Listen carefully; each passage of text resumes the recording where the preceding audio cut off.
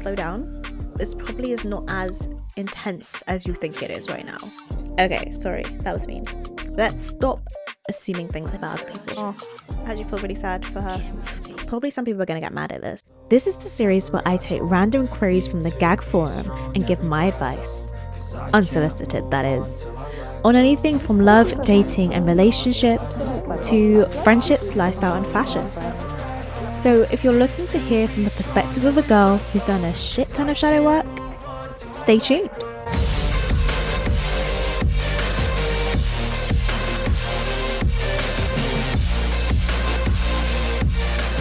Hey guys, welcome back to my channel. I'm so glad that you're all here. Welcome to a new video. Well, technically this is actually part 2 of my unsolicited advice video, episode 5 part 1. So it's simply just part 2 to that video because the video ended up being a lot longer than I initially anticipated. If you've just seen this and it intrigued you but you have not watched part 1, then you're going to want to go ahead to that video on my channel already posted, because there's a lot of good stuff in there, in my personal opinion. And you don't want to miss out, do you? I don't know. I personally would not want to miss out, but that's for you to decide. Anyway, if you came from that video, then hi, hello, welcome back. Thank you for tuning in for part 2. And let's get into it. We're going straight into a new question, so I need to shut up. Goodbye. Tell me to shut up. It's fine. I don't care. You can tell me. I kind of like it.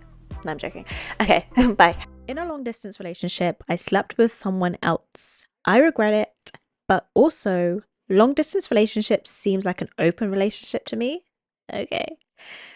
This one says, I regret what I did, but at the same time, I believe that long distance relationships seem like an open relationship. What do you think? That I slept with someone else in a long distance relationship? I think if that was not discussed within your relationship, then obviously it's wrong. Right? This question really brought to the forefront how a lot of the times we like to have these standards created, or these generalizations created on relationships, on people, on men, on women, whatever it may be, and I just do not subscribe to any of that. I think your relationship can only be defined by you and whoever else is in it. If that means you are open, then that means you are open and there's nothing wrong with that. If that means you are monogamous, that means you're monogamous. If that means that you emotionally flirt with other people, then that means that you do that, and that can only be established by you and the other person.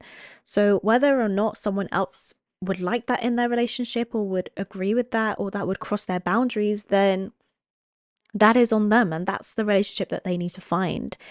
If you are someone who, like, a long distance relationship does not equal open relationship, it equals long distance. Like, we are of a long distance from each other, there is no other description that is there. I'm a bit confused by where no, 2 + 2 is not equaling 4 at this point, because you did not eat. You ate something, but it was not your girl's pussy. No, I'm joking.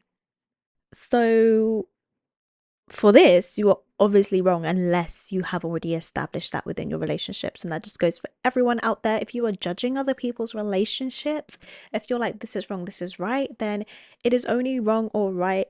Like, when my friends come to me and they're like, what do you think?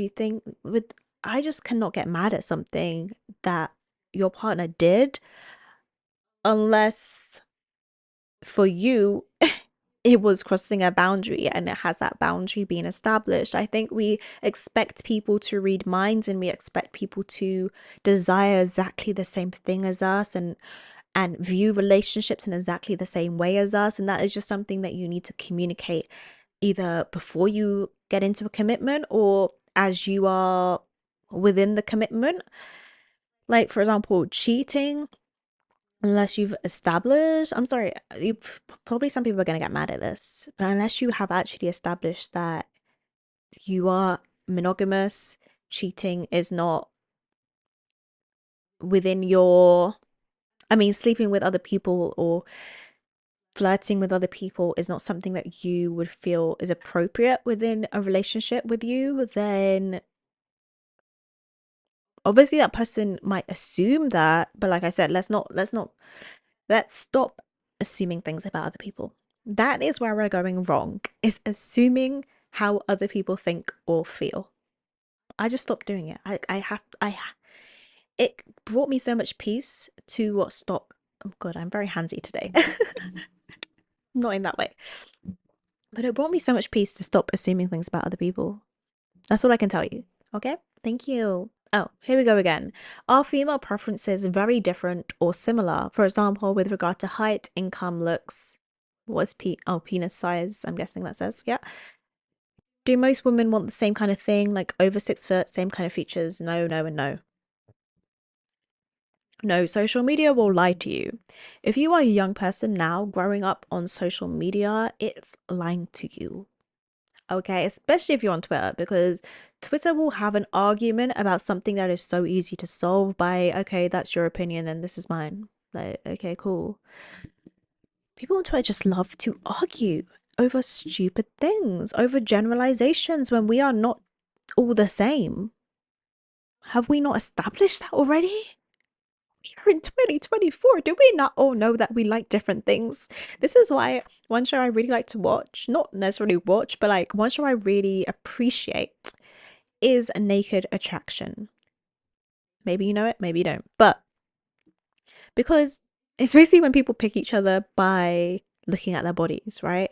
And the things that people come out with, like, oh, I really like this, or I really like this in a body, they are so different. You would not expect it. I feel if you are someone who may be insecure about your body and you think, oh, I don't know if someone would like this about me, I have really big areolas, or I have stretch marks, or I have like a fupa, or whatever it's called. I have really small boobs, or whatever it may be. There is someone out there who loves that thing. And that is the type of person that is for you. If the person that you're with, which is fair enough, maybe that's not their usual type, maybe that's not whatever, but me personally, if I like someone, I like all of them, you know? Like, I'm not like, oh yeah, I like this, but I don't like this of you on your, like, in physical terms, right? Because that is just the body. This is your, well, your, the, this, this is the vessel that your soul has chosen. And is that not just a beautiful thing that you consciously chose this vessel? Or whether you're religious, that God gave you this vessel to move and to interact and experience life? Like, is that not just a wonderful thing? I don't know. Maybe I'm just delusional here. Let me know. But thinking that everyone likes the same thing, again, assuming things about people and what we like and what we don't like, is always going to get you fucked up. You mess up every single time. Okay, my friend told me I was being a bad friend and insensitive when she told me she's stressed. Is she wrong about me? Is she right about me or wrong? Friday night, my friend texted me just hi. I replied, hi. I would love to be in focus right now. Yes, thank you. Friday night, my friend texted me just hi. I replied, hi, how are you? She said, stressed. I asked what was wrong, and she said she has so much in her mind and worrying about her problems, and explained everything while I listened to her. Guys, you can read this if you want to. I probably will cut out me reading this, but yeah. She said, I always do this, making conversations about myself. Then she had the audacity to tell me I'm being insensitive about throwing in that I started my maths class, and it shows I didn't care about listening to her problems. I was changing the subject to relax her stress. She told me, have a nice life, and just dumped me as a friend. These people cannot be 25, between the ages of 25 and 29. You cannot. Okay, sorry, that was mean. But what advice can I give you here? Is she right about me or wrong? I mean, you could both be right and you could both be wrong, right? We probably are both right and wrong. One thing I find, or I like to say, is making, oh, I guess this comes back to the, I don't know if this was going to be the theme of the questions today, but making a generalized statements about people or things never works well. Saying someone always does something never serves well, because the person is just going to think about all the times that they either didn't do it, or they're going to focus on the fact that you're telling me I always do this. opposed to, okay, maybe I did this, maybe I have just offended you in this scenario, or whatever it may be. So definitely, if you're in a situation where you feel like someone always does something, or something has just triggered you or irked you, or you didn't like something, I would definitely say avoid using generalizing statements like, you always do this, you never do this, you da da da da da, rather than, we love to do the I feel. When this happens, I feel. When you do this, I feel. Like, it can be a bit tedious, I guess, sometimes. But yeah, just, I think avoiding words that are like, you, like always or never, or I don't know what other words there are like that, but always can always. I just did it. Can really benefit the kind of course to resolution, I guess, or aid the course to resolution. And then the changing of the subject type thing, some people may not, and may not appreciate that. I definitely feel like I'm someone who kind of does that kind of vibe, where if someone is upset or crying or whatever it may be, maybe I'm just, I don't know, I do feel like I'm quick to kind of like change a subject or redirect attention, or throw a bit of humor in there to kind of ease the energy or the vibe, which maybe is not always the best thing to do. Maybe that person just needed you to listen to them in that moment.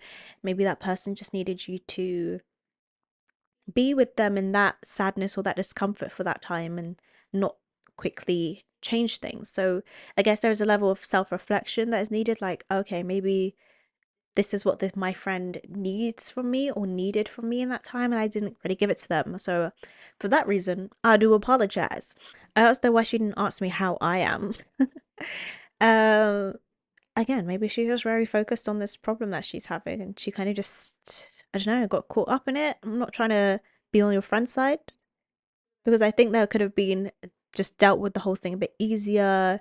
Obviously, you're both not feeling heard in this situation. And I just wish more mediators existed in life. Like, I just wish a mediator could just pop in and be like, guys, slow down. This probably is not as intense as you think it is right now. Like, when I watch shows, I'm like, do you know how many arguments could be solved if someone was just like, let's just take a breather. Let's just take a breather and come back to this in like 5 minutes. Yeah, it's hard to know. If your friend's always coming to you with issues, and they never actually ask you, oh, how are you doing? Or, want to delve deeper into your life, then I can definitely see how that would be annoying, and yeah, wouldn't really be a nice feeling, right? Like, you're always there for your friend, but they're not always there for you, or they just never really ask you how's things going with you, or they don't seem interested in your life. You want your friends to be interested in your life, obviously. Even if you're not someone who actively opens up, you want someone to do a little bit of chipping away or prying. But yeah, again, we can't assume that that person knows that that's what we want, so we have to communicate these things. How do I stop being uncomfortable when I don't do something? I took sick leave, so I don't work. I can't exercise, and I have to sit in bed. I'm incredibly depressed. I can't even read a page from a book without stopping every minute.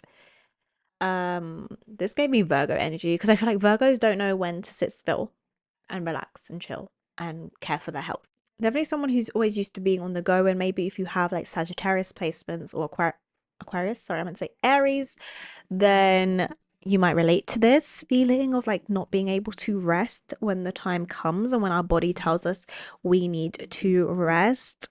And that can definitely be a difficult thing, and I think the only way to get through it is to go through it, and like to sit in the uncomfortableness of it, and be like, just, I guess, affirmations, really, as I guess simple as they sound, really do help in those times where you do just have to keep affirming to yourself, and that your body needs rest, and you deserve to rest, and all those kind of things. Because at the end of the day, it is a lot of society that tells us that we shouldn't be resting, or that we should be always doing something, and that we're missing out if we're not. And it is a bit of a rewiring of like that subconscious mind that tells us that we're lazy, or all these different messagings that we've got throughout our lives. that don't serve us when we are feeling tired or burnt out, overwhelmed, or just ill, But yeah, being uncomfortable within it and just really giving yourself permission to sometimes we literally have to be like, it's okay to rest, Kiki. You deserve to rest, Kiki. Like literally speaking to yourself in like third person can really be like, okay, it's okay that I'm doing this. It's like it's almost like self-soothing technique.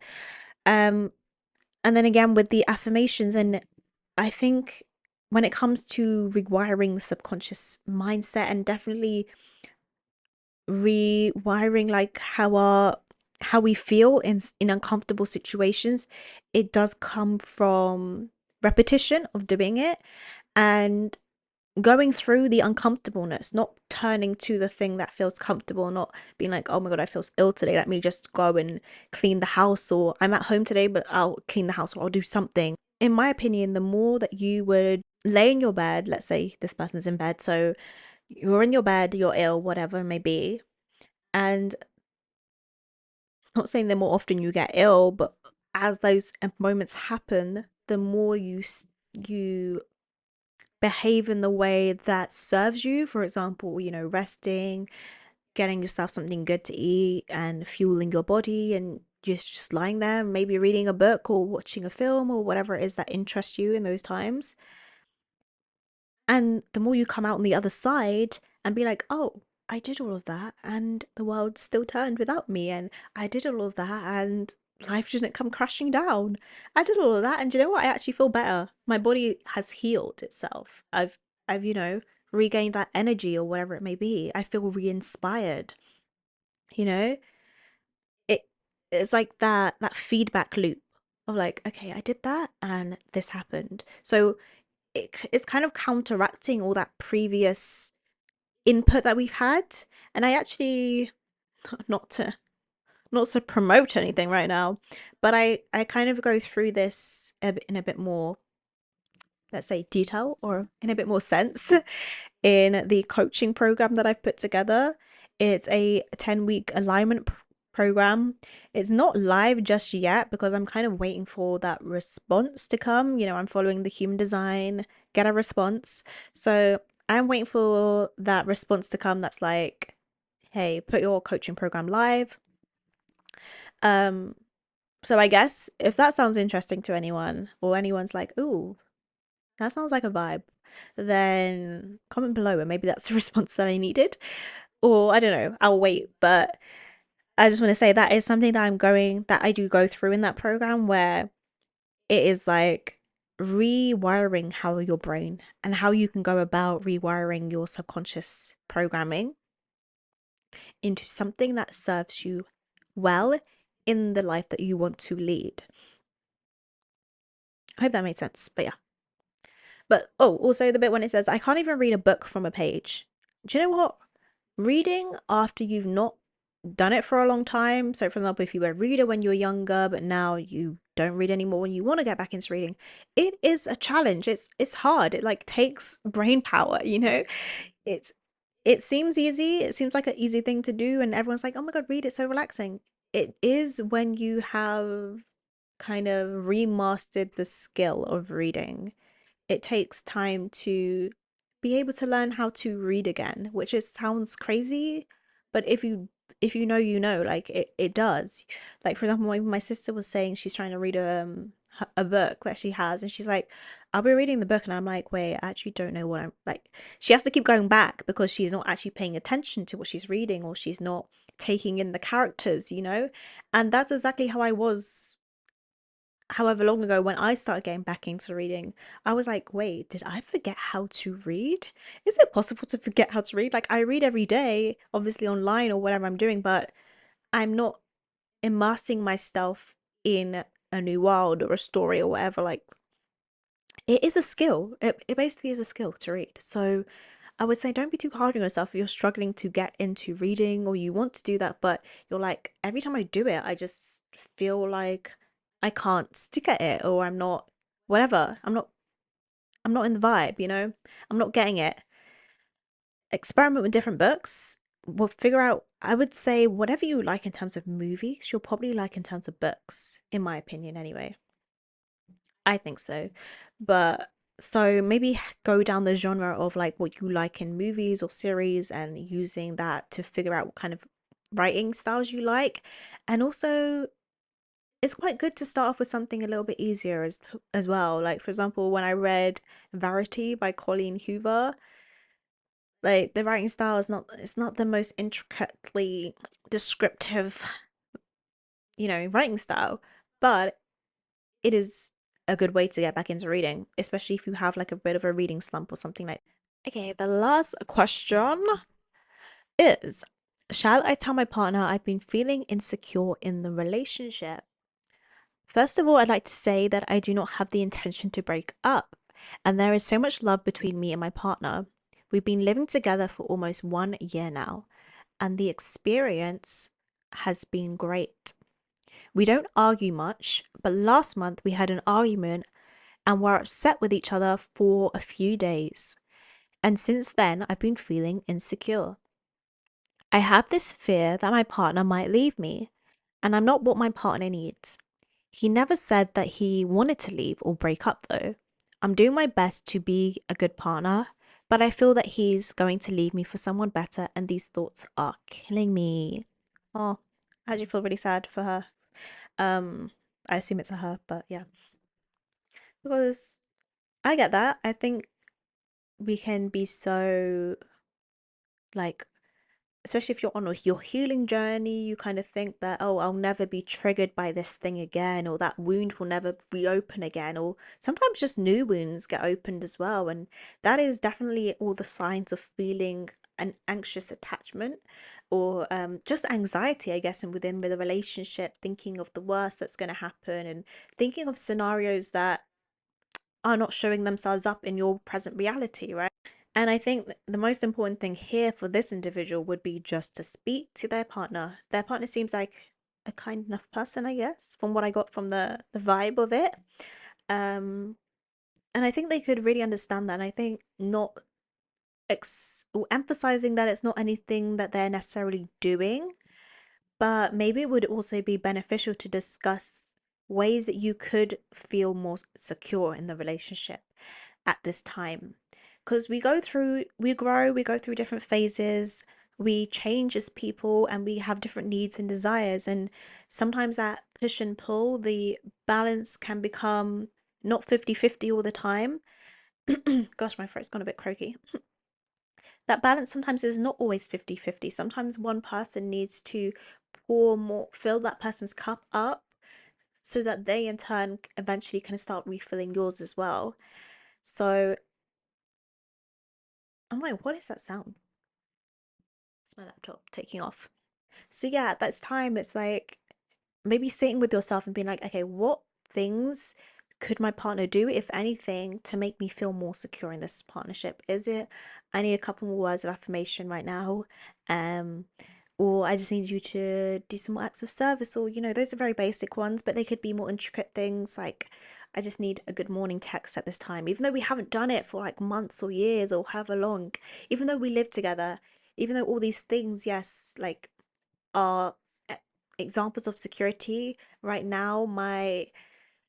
I feel like sometimes we can regress a bit in our brain and our mindset and go back to a bit of like a childlike mindset, and that isn't like anything to like be offensive or anything like that. We all do it in different parts of our life. When we feel triggered, we go back to like this person, this version of ourselves in our past that initially got that wound, right? Or initially didn't have that support or was abandoned or whatever it may be. So I think thinking of yourself again, oh, it reminds me of this Instagram post I saw, and he spoke about how um I think his girlfriend or his wife was watching cartoons, and rather than being like, why is she watching cartoons? Like, what is wrong with her? She's just lying on the sofa and watching cartoons. Which me personally, I love cartoons, so on a daily basis, I'll be watching cartoons. But anyway, he was like, um, to him, he thought to himself, oh, she's gone to a she's in it she's not a 30-year-old woman right now. She's probably like an 8-year-old girl right now, right? Like enjoying watching this cartoon. So he went and he discussed with her, like, what age do you feel right now, basically? And I feel like some people will find that weird or not really know how to connect on that level or understand that kind of mindset. But again, we all do it and we all need that child, that reassurance for our inner child or our inner teenager or whatever it may be. And I think even if your partner's not going to guide you through this, doing it within yourself, like, okay, what age do I feel right now? Or what does this remind me of from my past if you can't pinpoint an age or a timeline or whatever it may be? And think about, what did that person need back then? And how can I get that now? Is that something I can give to myself? Is this the reassure? Is there a way that I can reassure myself in this scenario, or do I need my partner to come in here and help me out as well? And that's what a partner is. They're someone who's going to come in and help you out in that time, right? That's what I would think anyway. That's what I would want from a partner. Just saying personally. But should I tell my partner I'm feeling insecure? Then 100%. 100%. I think I just really hope that this person has someone who isn't gonna like not be offended by it, because they might feel a type of way about it at first, but really listen to what their partner is saying and hopefully can give them what they need as well, because I can't tell you what you need or what, if you can relate to this, what you need. That is something that you have to look within yourself to find. I think as well, one thing with relationships, when you go through arguments or conflicts, the key thing is to establish your end result of the argument or the destination that you want to be in. So, for example, at the end of this argument or this conflict, I want to be with you. Like, that could just be establishing like the end goal that you want to have. I want to be in a committed relationship with you still. As I think sometimes we can feel, for example, this person had an argument and whatever, we can feel like, okay, does this mean that they're having doubts, or does this mean that they don't love me, or is this going to change their mindset? And maybe when you are in that resolution phase of the argument, just being like, hey, I just want to let you know that I still really want to be in this commit. I still really want to be committed to you and within this relationship with you. Like, I think sometimes that just little words of reassurance can and like reestablishment of like, this is where we're at. Like, we're still here. We're still in this, you know? Like, I think that is really gonna would help someone like this and would really just help most people, I think, as well. Like, what is your goal in this? What is your desire in this? I think really would help. But yeah, that is everything that I have. That is all the questions that I found that I thought would be interesting to answer. Let me know what your opinions or your answers to the questions down below are, because I like you guys to also incorporate this. Um, I like you guys to also be in this with me. But yeah, maybe I like doing these videos because I feel like maybe some people, like, I relate to some of these things or these situations. I know my friends have been in some situations like this or experienced thoughts or feelings like this as well. And I think sometimes we can feel very alone, but actually there are a lot of people who are going through similar things to us or feeling similar things to us. And yeah, hopefully my perspective can help someone out. And hopefully you liked this video. If you did, don't forget to give it a thumbs up and comment down below. Again, let me know what you thought of the questions and what advice would you give down below? Because someone from this website might be on this might be on this video for some reason. And they're like, hey, that was my question. Thank you for answering it. If you want to see more from me, I post mostly spiritual and lifestyle content, and you can subscribe down below. And I will see you all of you lovely people in my next one. Bye. Have to experience it.